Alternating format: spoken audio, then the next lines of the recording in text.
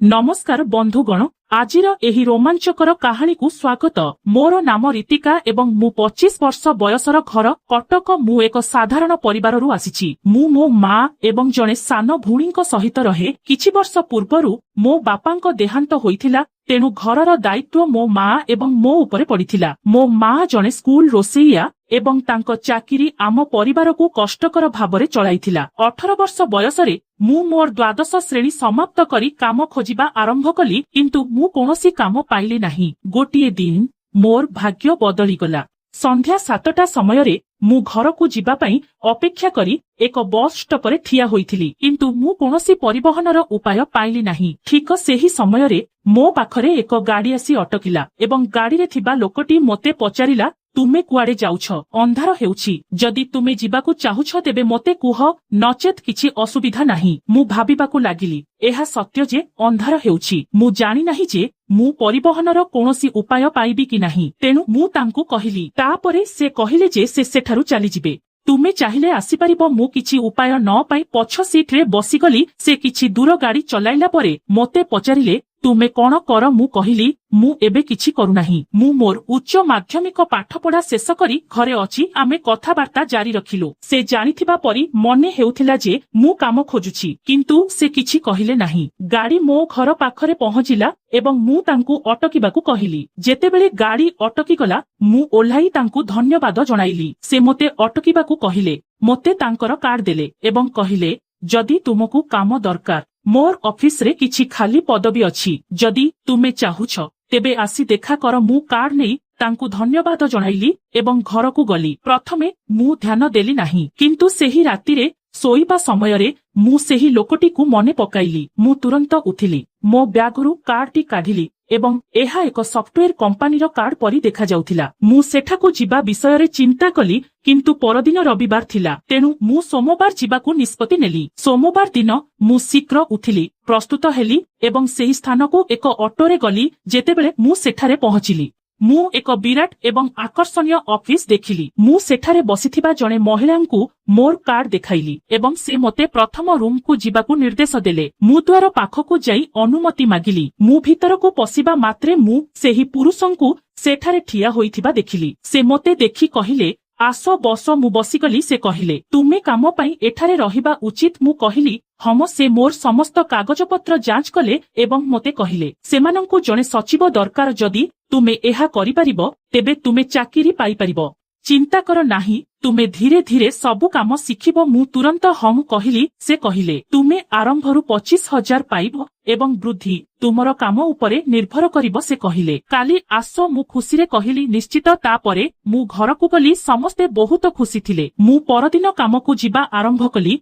एवं मु जानि नथिली जे मोर जीवन संपूर्ण परिवर्तन हेबाकू जाउछि। समय बीतीगला एवं मु जानि पारिली नाही जे केतेबेले 3 मास बीतीगला। एबे मु बसंक समस्त काम शिखिगली एवं बहुत कठिन परिश्रम करुथिली। किछि दिन परे मु एपरि किछि जानिली जाहा मु विश्वास करि पारिली नाही। मु जानिली जे पूर्वरु अनेक झियो एठारे काम करिथिले, किंतु केही अधिक समय रहि पारिले नाही। मु ऑफिसर किछि लोकंक ठारु जानिबाकू पाइली जे मोर किछि चंचल प्रकारर लोक अछंती एवं पूर्वरु मो सहित एपरि किछि घटि नाही। तेणु मु विश्वास करि पारु नथिली। मु मोर काम जारी रखिली। गोटिए दिन रविवार छुट्टी थिला, किंतु बॉस कहिले, तुमर कोनोसी काम अछि, तुमको ऑफिस आसीबाकू पड़िबो। से दिन जेतेबेले मु ऑफिस पई घरु बाहरिली, बाहरे प्रबल वर्षा हेउथिला। मु एक ऑटो नै शीघ्र चलीगली, किंतु हठात ऑटो रे पानी भर्ती हेबा जोगु ऑटो खराब होईगला। बहुत चेष्टा कला सत्वे ऑटो स्टार्ट हेला नाही। मो ऑफिस अल्प दूर रे थिला, तेणु मु भाबिली चालिकी जीबी। मु शीघ्र चलीगली, किंतु वर्षा एते प्रबल थिला जे मु सेठारे पहुंचिबा बेलकू मु संपूर्ण ओदा होईगली। मु भीतरकू जिबा समयरे मो बॉस मो आड़कू चाही कहिले, ओह तुमे संपूर्ण ओदा। तुमे की प्रकारर झियो? तुमको किछि समय पई कोनोसी स्थान रे अटकिबा उचित थिला। मु कोन करिबी जानि पारिली नाही। मो पाखरे कोनोसी पोशाक मध्य नथिला। सेदिन मु एवं मो बॉस व्यतीत अन्य केही ऑफिस रे नथिले। बॉस मोते एक गामुछा देले एवं मो मुंड पोछिबाकू कहिले। मु मो मुंड पोछिबाकू आरंभ कली। किछि समय परे मु हठात बॉसंकू देखिली ଏବଂ ସେ ମୋ ଆଡ଼କୁ ଚାହିଁ ରହିଥିଲେ। ସେ ମୋତେ ଭିତରକୁ ଯାଇ ମୋ ପୋଷାକ ଶୁଖାଇବାକୁ କହିଲେ। ମୁଁ ଭିତରକୁ ଗଲି। ସେ ଫ୍ୟାନ୍ ଚାଲୁ କଲେ, ମୋର ପୋଷାକ କାଢିଦେଲେ ଏବଂ ମୋ ଚାରିପାଖରେ ଗାମୁଛା ଗୁଡାଇ ଦେଲେ। ମୁଁ ମୋର ଓଦା ପୋଷାକକୁ ଶୁଖାଇବା ପାଇଁ ବିଛାଇ ଦେଲି। ମୁଁ ଗାମୁଛା ପିନ୍ଧି ବସିଗଲି। ହଠାତ୍ ମୁଁ ଦ୍ୱାର ପାଖରେ ଏକ ସ୍ୱର ଶୁଣିଲି। ବସ୍ କହିଲେ, ଭିତରେ ଏକ ଫାଇଲ ଅଛି, ମତେ ତାହା ଦରକାର। ମୁଁ ସକୋଚ ହୋଇ ଦ୍ୱାର ଖୋଲିଲି। ବସ୍ ମୋତେ କାମନା ସହିତ ଦେଖୁଥିଲେ ଏବଂ ମୁଁ ସେଠାରେ ମୁଣ୍ଡ ନଇଁ ଠିଆ ହୋଇଥିଲି। ସେ ଭିତରକୁ ଆସି ମୋ ପୋଷାକକୁ ଦେଖିଲେ। ତାପରେ ସେ ଫାଇଲ ଦେଖିବାକୁ ଲାଗିଲେ ଏବଂ ତାହା ନେଇ ଚାଲିଗଲେ। କିଛି ସମୟ ପରେ ବସଙ୍କ ସ୍ୱର ଶୁଭିଲା, ତୁମେ କଣ କରୁଛ? ମୋର କାମ ଅଛି। ମୁଁ ଏକା କଣ କରିପାରିବି? ମୁଁ କହିଲି, ମୁଁ ସେଠାକୁ କିପରି ଆସିପାରିବି? ମୋର ପୋଷାକ ଏବେ ବି ଓଦା ହୋଇଛି। ବସ୍ କହିଲେ, କଣ ହେଲା? ନିଜ ଚାରିପାଖରେ ଏକ ଗାମୁଛା ଗୁଡାଇ ଏଠାକୁ ଆସ, ତୁମକୁ ଦେଖିବା ପାଇଁ। ଏଠାରେ କିଏ ଅଛି? ମୁଁ ସକୋଚ ହୋଇ ବାହାରକୁ ଆସିଲି। ବସ୍ ସୋଫାରେ ବସି ତାଙ୍କ ଲାପଟପ ଉପରେ କାମ କରୁଥିଲେ। ସେ ମୋତେ ଫାଇଲରେ କଣ ଅଛି ତାଙ୍କୁ କହିବାକୁ କହିଲେ। ମୁଁ ଶୀଘ୍ର ଲେଖିଦେବି। ମୁଁ ଭୟଭୀତ ହୋଇ ତାଙ୍କ ପାଖରେ ବସିଲି ଏବଂ ଫାଇଲ ମୋ କୋଳରେ ରଖିଲି ଏବଂ ତାଙ୍କୁ ସବୁ କିଛି କହିବାକୁ ଲାଗିଲି। ମୁଁ ବହୁତ ଲଜ୍ଜିତ ଅନୁଭବ କଲି। ମୁଁ ମୋର ଟାୱେଲକୁ ସଜାଡ଼ି ଚାଲିଲି। ଭୁଲବଶତଃ ଏହାକୁ ନ ଖୋଲିବାକୁ ଚେଷ୍ଟା କଲି। ସେହି ମୁହୂର୍ତ୍ତରେ ବସ୍ ମୋ ଗୋଡ଼ ଉପରେ ତାଙ୍କ ଗୋଡ଼ ରଖିଲେ। ମୁଁ ଆଶ୍ଚର୍ଯ୍ୟ ହୋଇଗଲି କିନ୍ତୁ କିଛି କହିଲି ନାହିଁ। ଯେତେବେଳେ ମୁଁ କିଛି କହିଲି ନାହିଁ, ସେ ମୋର ଫାଇଦା ଉଠାଇ ମୋ ପାଖରେ ବସିଲେ। ଏବେ ମୋତେ ବହୁତ ଖରାପ ଲାଗିଲା କିନ୍ତୁ ମୁଁ ଜାଣିନାହିଁ କାହିଁକି ମୋ ଭିତରେ କିଛି ଅଜବ ଘଟଣା ଘଟୁଛି। ପ୍ରାୟ 25 ମିନିଟ୍ ପରେ ବସ୍ ତାଙ୍କ ଲାପଟପ ବନ୍ଦ କରି କହିଲେ, ଆଜି ଏଠାରେ କେହି ନାହାନ୍ତି, ଯାଅ ମୋ ପାଇଁ ଚା ତିଆରି କରି ଆଣ। ମୁଁ ଚା ତିଆରି ଫେରିବା ପରେ ବସ୍ ସେଠାରେ ନଥିଲେ। ମୁଁ କିଛି ଅଜବ ଅନୁଭବ କଲି। ଟେବୁଲ ଉପରେ ଚା ରଖିବା ପରେ ମୁଁ ଭିତର କୋଠରୀକୁ ଯାଇ ଚାହିଁ ରହିଲି। ମୁଁ ତୁରନ୍ତ ଫେରି ଆସି ଭୟରେ ସୋଫାରେ ବସିଗଲି। ମୁଁ ବସ୍ଙ୍କୁ ଡାକିଲି, ସାର ଚା ପ୍ରସ୍ତୁତ। ସେ ତୁରନ୍ତ ଆସି ମୋ ପାଖରେ ବସିଲେ। ଏହି ଘଟଣା ମୋର ହୃଦୟକୁ ସ୍ପନ୍ଦନ କଲା। ମୁଁ ସକୋଚ କରି ବସ୍ଙ୍କୁ ଚା ଦେଇଦେଲି। ଆମେ ଦୁହେଁ ଚା ପିଇବା ଆରମ୍ଭ କଲୁ। ସେ ହଠାତ୍ କହିଲେ, ରୀତିକା, ତୁମେ ବହୁତ ସୁନ୍ଦର। ମୁଁ କିଛି କହିଲି ନାହିଁ, ମୁଁ କେବଳ ଟିକିଏ ହସିଲି। ସେ ଚା ପିଇ ସାରି କପ ଟେବୁଲ ଉପରେ ରଖିଲେ ଏବଂ ତାଙ୍କ ହାତ ମୋ ଗୋଡ଼ ଉପରେ ରଖିଲେ। ମୁଁ ଶୀଘ୍ର ତାଙ୍କ ହାତ ହଟାଇ ଦେଲି ଏବଂ ସେ ପଚାରିଲେ, କଣ ହୋଇଛି? ମୁଁ ନୀରବ ରହିଲି। ସେ ମୋ ପାଖକୁ ଆସିଲେ ଏବଂ ମୁଁ ଏକୁଟିଆ ଅନୁଭବ କଲି। ସେ ମୋ ହାତ ଧରି କହିଲେ, ରୀତିକା, ମୁଁ ତୁମକୁ କିଛି କହିବାକୁ ଚାହୁଁଛି। ମୁଁ କହିଲି, ସାର, ମୋତେ କୁହନ୍ତୁ। କଣ କହିବେ? ସେ ପଚାରିଲେ, ତୁମେ ତୁମର ଚାକିରିରେ ଖୁସି କି? ମୁଁ ମୁଣ୍ଡ ହଲାଇଲି। ସେ ପଚାରିଲେ, ଯଦି ତୁମର ଚାକିରି ସ୍ଥାୟୀ ହୋଇଯାଏ ତେବେ କିପରି ହେବ? ମୁଁ କହିଲି, ସାର, ତାହା ତୁମ ଉପରେ ନିର୍ଭର କରେ। ମୁଁ କଣ କହିପାରିବି? ବସ୍ କହିଲେ, ଏହା ମୋ ଉପରେ ନିର୍ଭର କରେ ନାହିଁ, ଏହା ତୁମ ଉପରେ ନିର୍ଭର କରେ। ତୁମେ କଣ ଚାହୁଁଛ? ସ୍ଥାୟୀ ଚାକିରି ନା ପାର୍ଟ ଟାଇମ୍ ଚାକିରି? ମୋତେ ପଚାରିଲେ। ସେ ମୋ ହାତକୁ ଚିପି କହିଲେ, ଯଦି ତୁମେ ମୁଁ ଯାହା କହିବି ତାହା କରିବାକୁ ରାଜି ହୁଅ ତେବେ କାଲିଠାରୁ ତୁମର ଚାକିରି ଏଠାରେ ନିଶ୍ଚିତ ବୋଲି ବିବେଚନା କର। ମୁଁ ସବୁ କିଛି ବୁଝିପାରିଲି କିନ୍ତୁ ତଥାପି ମୋତେ କଣ କରିବାକୁ ପଡ଼ିବ ତାହା ପଚାରିଲି। ସେ ମୋତେ କହିବା ମାତ୍ରେ ମୁଁ ତୁରନ୍ତ ମୋ ହାତ ଛାଡ଼ିଦେଇ କହିଲି, ସାର, ମୁଁ ସେପରି ଝିଅ ନୁହେଁ। ମୁଁ ଏସବୁ କରିପାରିବି ନାହିଁ। ତୁମେ ଏପରି କିପରି ଭାବି ପାରୁଛ? ସେ କହିଲେ, ମୋଠାରୁ ଗୋଟିଏ କଥା ବୁଝ ରୀତିକା, ଯଦି ତୁମେ ଜୀବନରେ ଆଗକୁ ବଢ଼ିବାକୁ ଚାହୁଁଛ ତେବେ କେଉଁଠି ନା କେଉଁଠି ତୁମକୁ ସାଲିସ କରିବାକୁ ପଡ଼ିବ ଏବଂ ମୁଁ ତୁମକୁ ବାଧ୍ୟ କରୁନାହିଁ। ଯାହା ହେବ ତୁମର ଇଚ୍ଛା ଅନୁସାରେ ହେବ ଏବଂ ମୁଁ ତୁମକୁ ସବୁ ପ୍ରକାରେ ସାହାଯ୍ୟ କରିବି। ତୁମେ ଏବଂ ତୁମର ପରିବାର ଏକ ଭଲ ଜୀବନ ବଞ୍ଚିପାରିବ।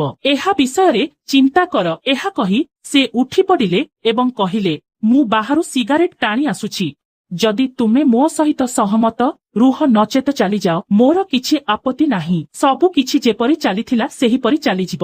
ଏହା କହି ସେ ଚାଲିଗଲେ। ମୁଁ ଏକା ବସି କଣ କରିବି ଭାବିଲି। ମୁଁ ଚାଲିଯିବାକୁ ଚିନ୍ତା କଲି। ତାପରେ ମୋ ମନରେ ଆସିଲା ଯେ ଯଦି ମୁଁ ମୋ ବସ୍ଙ୍କ କଥା ନ ଶୁଣେ ତେବେ ମୋତେ କିଛି ଦିନ ମଧ୍ୟରେ ବହିଷ୍କାର କରାଯିବ। ମୁଁ ଜାଣି ନାହିଁ ମୁଁ ଆଉ ଏକ ଚାକିରି ପାଇବି କି ନାହିଁ ଏବଂ ଘରର ପରିସ୍ଥିତି ଭଲ ନାହିଁ। ମୋତେ ମୋ ସାନ ଭଉଣୀର ଶିକ୍ଷା ମଧ୍ୟ ଦେଖିବାକୁ ପଡ଼ିବ। ଯଦି ମୁଁ ବସ୍ଙ୍କ କଥାରେ ରାଜି ହୁଏ ତେବେ ଘରର ପରିସ୍ଥିତି ଭଲ ହେବ। ମୁଁ ଫେରି ଆସି ସୋଫାରେ ବସିଲି। କିଛି ମିନିଟ୍ ପରେ ବସ୍ ଆସିଲେ ଏବଂ ମୋତେ ଦେଖିବା ମାତ୍ରେ ତାଙ୍କ ମୁହଁରେ ହସ ଫୁଟି ଉଠିଲା। ସେ କହିଲେ, ତୁମେ ଯାଇନାହଁ, ଏହାର ଅର୍ଥ ତୁମେ ମୋର ସର୍ତ୍ତ ମାନିବାକୁ ପ୍ରସ୍ତୁତ? ମୁଁ ତାଙ୍କୁ ଦେଖି କହିଲି, ହଁ, କିନ୍ତୁ ତୁମେ ପ୍ରଥମେ ମୋର ଚାକିରି ନିଶ୍ଚିତ କରିବାକୁ ପଡ଼ିବ। ସେ କହିଲେ, ହଁ, କାଲି ନିଶ୍ଚିତ। ତାପରେ ସେ ମୋତେ ଛାଡ଼ିବା ପାଇଁ ତାଙ୍କ ଗାଡ଼ିରେ ମୋ ଘରକୁ ନେଇଗଲେ। ଘରେ ପହଞ୍ଚିବା ପରେ ସେ ମୋ ମାଙ୍କୁ ଖୁସି ଖବର ଦେଲେ ଆଉ କହିଲେ, ମୁଁ ମୋର କମ୍ପାନୀରେ ରୀତିକାକୁ ଏକ ବଡ଼ ପୋଷ୍ଟରେ ରଖିଲି ଆଉ ତାଙ୍କର ଦରମା 25,000ରୁ 50,000କୁ ବୃଦ୍ଧି ପାଇଛି।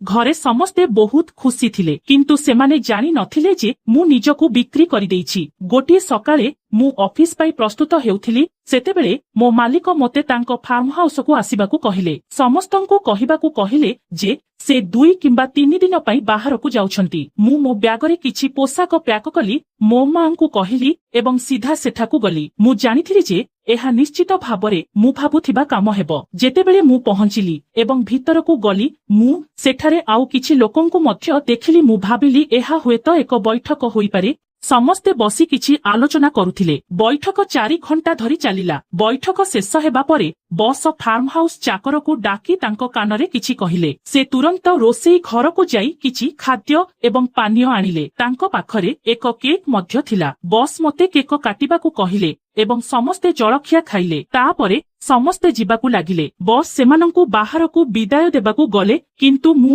ସେଠାରେ ବସି ରହିଲି। ବସ୍ ଫେରିବା ପରେ ମୁଁ ଦେଖିଲି ଯେ ଅନ୍ୟ ସମସ୍ତେ ଚାଲି ଯାଇଛନ୍ତି। କେହି ଜଣେ ବ୍ୟକ୍ତି ବି ନାହାନ୍ତି। ବସ୍ ମୋତେ ଫ୍ରିଜରୁ ମଦ ଆଣିବାକୁ କହିଲେ ଏବଂ ମୁଁ ମଦ ସହିତ 2ଟିଏ ଗ୍ଲାସ ଆଣିଲି। ତାପରେ ବସ୍ ପଚାରିଲେ, ତୁମେ କାହିଁକି 2ଟିଏ ଗ୍ଲାସ ଆଣିଛ? ଆଉ ଗୋଟିଏ ଆଣ, ତୁମେ ମଧ୍ୟ ପିଅ। ମୁଁ ମନା କଲି ଆଉ କହିଲି, ସାର ମୁଁ ପିଏ ନାହିଁ। ବସ୍ କହିଲେ, ପ୍ରତିଦିନ ନୁହେଁ କିନ୍ତୁ ଆଜି ତୁମକୁ ପିଇବାକୁ ପଡିବ। ମୁଁ କିଛି ସମୟ ଅପେକ୍ଷା କଲି, ତାପରେ ଯାଇ ଆଉ ଏକ ଗ୍ଲାସ ନେଇକି ଆସିଲି। ବସ୍ 3ଟି ଗ୍ଲାସରେ ମଦ ଢାଳି ମୋତେ ଗୋଟିଏ ଦେଲେ। ଏହାର ସ୍ୱାଦ ତିକ୍ତ ଥିଲା କିନ୍ତୁ ମୁଁ ସବୁ ପିଇବାରେ ସଫଳ ହେଲି। ମୁଁ ତୁରନ୍ତ ନିଶାଗ୍ରସ୍ତ ଅନୁଭବ କଲି। ଲୋକଟି ବସ୍ କାନରେ କିଛି ଫୁସ୍ ଫୁସ୍ କଲା। ବସ୍ ମୋତେ ତାଙ୍କ ପାଖରେ ବସିବାକୁ କହିଲେ। ଲୋକଟି ମୋର ଗ୍ଲାସ ଉଠାଇ ନିଜ ହାତରେ ମୋତେ ପିଇବାକୁ ଦେଲା। ମୁଁ ବସ୍ଙ୍କ ଆଡକୁ ଚାହିଁଲି ଏବଂ ସେ କହିଲେ, ଠିକ୍ ଅଛି, କେବଳ ଏହାକୁ ପିଅ। ଯଦି ସେ ଏହାକୁ ପ୍ରେମ ସହିତ ଦେଉଥିଲେ ମୁଁ କିଛି ଅନୁଭବ କଲି ନାହିଁ। ତାପରେ ବସ୍ କହିଲେ, ରୀତିକା ସେ ଏଠାରେ ରହିବେ ଏବଂ ତାଙ୍କୁ ମୋ ସେବା କରିବା ପାଇଁ ତୁମକୁ ତାଙ୍କ ସହିତ ରହିବାକୁ ପଡିବ। ମୁଁ କହିଲି, ମହାଶୟ, ତାଙ୍କର ଯତ୍ନ ନିଅ। ହସି ସେ କହିଲେ, ତୁମେ ବୁଦ୍ଧିମାନ, ତେଣୁ ମୁଁ ଅନିଚ୍ଛାରେ ରାଜି ହୋଇଗଲି। ବସ୍ କହିଲେ, ମୁଁ ଏବେ ଯାଉଛି। ତାପରେ ସେ କହିଲେ, କିଛି ସମସ୍ୟା ହେଲେ ମୋତେ ଫୋନ କରିବ। ମୁଁ ମୁଣ୍ଡ ହଲାଇଲି କିନ୍ତୁ ଭିତରେ ଭିତରେ ମୁଁ ଏକ ଅଜବ ଭୟ ଅନୁଭବ କଲି। ମୁଁ କେଉଁଠି ଫସି ରହିଲି ବୋଲି ଭାବୁଥିଲି। ସେହି ଲୋକଟି ମୋତେ ଏପରି ମଇଳା ଆଖିରେ ଦେଖୁଥିଲା ଯେପରି ସେ ମୋତେ ଗ୍ରାସ କରିବାକୁ ଚାହୁଁଥିଲା। ମୁଁ ମାଲିକଙ୍କ ଉପରେ କ୍ରୋଧିତ ହୋଇ ଭାବୁଥିଲି ଯେ ସେ ମୋତେ କାହା ପାଖରେ ଛାଡ଼ି ଦେଇଛନ୍ତି। ମୋର ସମସ୍ତ ନିଶା ଉଭେଇ ଯାଇଥିଲା। ଚାକର ମଧ୍ୟ ମୋତେ ଧ୍ୟାନର ସହିତ ଦେଖୁଥିଲା। ଯେତେବେଳେ ମୁଁ ତାଙ୍କୁ ଡାକି ତାଙ୍କ ନାମ ପଚାରିଲି, ସେ ମୋତେ କହିଲେ ଯେ ତାଙ୍କର ନାମ ଟୁନା। ସେ କୌଣସି ଗାଁର ଲୋକ ପରି ମନେ ହେଉଥିଲା।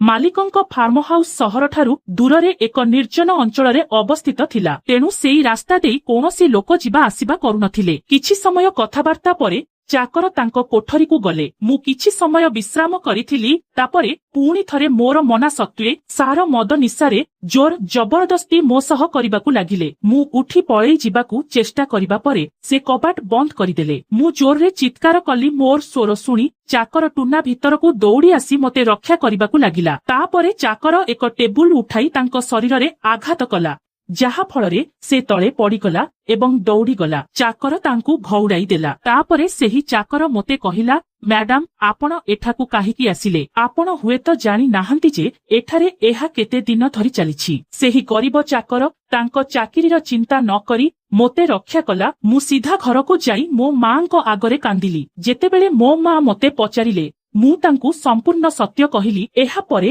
ମୋ ମା କହିଲେ, ଆମକୁ ଏପରି ଚାକିରି ଦରକାର ନାହିଁ। ଏହା ଏପରି ଏକ ଚାକିରି ଯେଉଁଠାରେ ଗରିବମାନଙ୍କର ଇଜ୍ଜତ ନିଆଯାଇଥାଏ। ମୁଁ ମୋ ମାଲିକଙ୍କୁ ଡାକି ତାଙ୍କୁ ଗାଳି ଦେଇ କହିଲି, ମୁଁ ତୁମର ଚାକିରି ଚାହୁଁନାହିଁ। ଆଜି ମଧ୍ୟ ଯେତେବେଳେ ମୁଁ ଏହା ବିଷୟରେ ଭାବେ ମୋର ହୃଦୟ ଥରି ଉଠେ। ଏଠାରେ କିଛି ଲୋକ ଅଛନ୍ତି ଯେଉଁମାନେ ନିଜ ବ୍ୟବସାୟ ବୃଦ୍ଧି ପାଇଁ ଯେକୌଣସି ସୀମାକୁ ଯିବାକୁ ପ୍ରସ୍ତୁତ। ସେମାନେ ନିଜ ସଫଳତା ବ୍ୟତୀତ କିଛି ଦେଖନ୍ତି ନାହିଁ। ତ ସାଙ୍ଗମାନେ, ଏହା ଥିଲା ଆମର ଏକ ଛୋଟ କାହାଣୀ। ତ ଆପଣମାନଙ୍କୁ ଏହି କାହାଣୀଟି କିପରି ଲାଗିଲା କମେଣ୍ଟରେ କୁହ। କାହାଣୀକୁ ଯଥାସମ୍ଭବ ଲାଇକ୍ ଏବଂ ତମ ସାଙ୍ଗମାନଙ୍କ ସହିତ ଅଧିକ ମାତ୍ରାରେ ସେୟାର କରନ୍ତୁ।